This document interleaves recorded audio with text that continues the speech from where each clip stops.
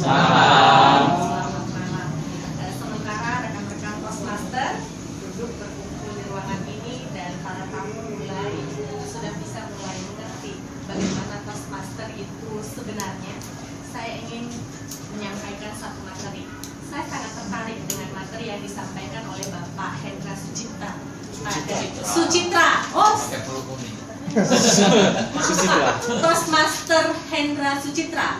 Tepat pada Kamis yang lalu, klub kita ini mengadakan pertemuan dalam bahasa Inggris. Nah, pada saat itu Pak Hendra Sucitra mengatakan bahwa sebenarnya setiap diri kita ini memiliki tongkat ajaib. Ya kan Pak? Ya. Betul. Pada saat itu Pak, mungkin teman-teman yang lain ada yang datang, ada yang tidak. Dan pada saat itu Pak Hendra Sucitra mengatakan bahwa setiap kita memiliki tongkat ajaib. Nah, apa tongkat ajaib yang kita miliki itu? Pak Hendra mengatakan bahwa tongkat ajaib itu adalah pikiran kita. Pikiran kita yang sangat cerdas, yang Tuhan ciptakan, bahkan lebih cerdas dari komputer.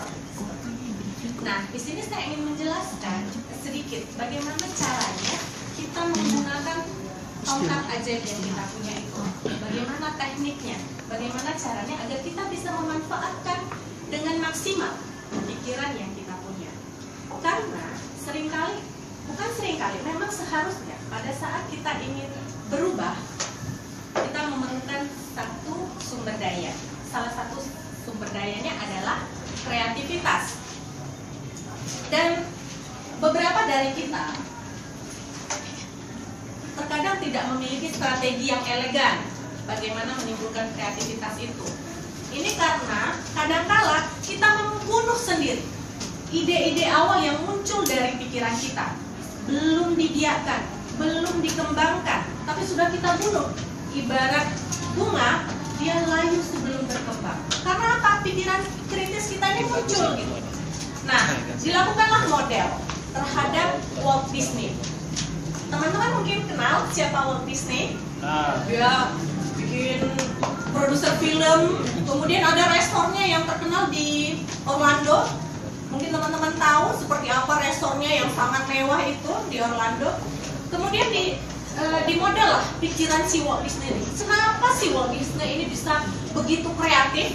Ternyata dia punya 3 kursi di dalam pikirannya. 3 kursi itu adalah yang pertama, ini kalau misalnya kita belum bisa mengkotak-kotakkan pikiran kita boleh pasang kursi 3. Di sini kursi kita untuk bermimpi, di sini kursi kita untuk mengkritisi, kemudian di sini kursi kita untuk menilai. Nah, ketika kita duduk di kursi yang bermimpi, kita duduk di kursi. Kita menghayalkan, kira-kira ini banyak teman-teman kita yang di bisnis ya. Tadi ada bisnis travel, ada yang desain interior, ada yang marketing, kemudian mikir. Duduk di kursi yang bermimpi.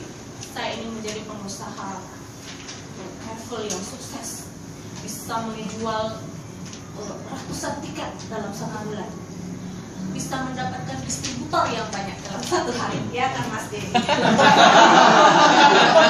Kemudian yang marketing bermembayangkan, saya ingin omset penjualan saya 1 hari sekian, dirasakan bagaimana rasanya, bagaimana indahnya. Kemudian jangan biarkan ada ide-ide membunuh ide. Kamu nggak bakal bisa jadi agen travel yang handal seperti itu, nggak bakal bisa. Jangan biarkan ide-ide seperti itu muncul. Biarkan saja kita menikmati jadi pengusaha travel tiap hari ini dapat distributor yang ini oke. Kemudian selanjutnya kita bisa pindah ke kursi yang lawan, maksudnya pesaing. Di kursi ini baru kita mulai berpikir, kira-kira pesaing kita ini akan bikin apa ya? Tadi dia itu mau jadi pengusaha sukses, kira-kira pengusaha travel sukses. Kira-kira pesaing saya ini mau bikin apa ya? Misalnya nih pesaingnya Traveloka atau apa tuh, tiket.com lah, apa segala macam. Pesaingnya ini bikin, nanti orang ini akan kasih kupon diskon. Kita lagi duduk di sini, kita catat-catat nih, kira-kira pesaing kita tuh bakal bikin apa ya? Kita catat-catat. Kita berlagak menjadi pemilik bisnis Traveloka misalnya kalau untuk tiket. kita rinci permasalahannya, kemudian kita pindah ke bagian yang mengamati. Kira-kira di antara yang pemimpi dan yang pesaing ini akan seperti apa sih jadinya? Apa kira-kira nanti di pasar akan seperti apa? Dicatat juga. Kemudian kita pindah lagi ke kursi yang pemimpi. Oh ya, tadi pesaing saya bilang dia berpikir bahwa akan menerbitkan kupon diskon 5.000 setiap ambil tiket. Wah, saya harus mikir nih, saya bikin kupon diskon 10.000 untuk setiap pembelian tiket. Jadi kita punya tidak membunuh ide-ide kreativitas kita yang kita ingin menjadi pengusaha yang sukses, tapi marketing yang sukses. Kira-kira pesaing kita tuh akan bikin apa sih? Kita bisa membaca pikirannya si pesaing kita. Nah, itu kalau soal bisnis. Tetapi itu tidak hanya bisa terjadi di soal bisnis, bisa kita manfaatkan di kehidupan kita sehari-hari. Seperti saya, contohnya, saya nggak senang suami saya bilang, sayang, aku kangen. Terus bilang, kamu udah makan dek?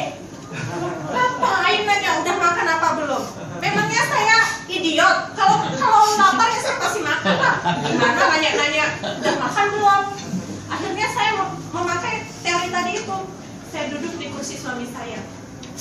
Iya ya, kan pengen aktualisasi diri, pengen nunjukin rasa sayang. Wajar dong, dia bilang, sayang, kamu udah makan belum? Wajar. Kemudian saya pindah ke kursi penilai.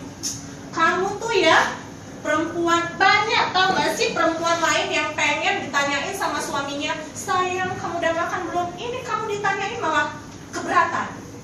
Dengan berpindah-pindah kursi seperti itu, kemudian saya duduk di kursi saya lagi. Saya mulai memahami jalan pikiran suami saya.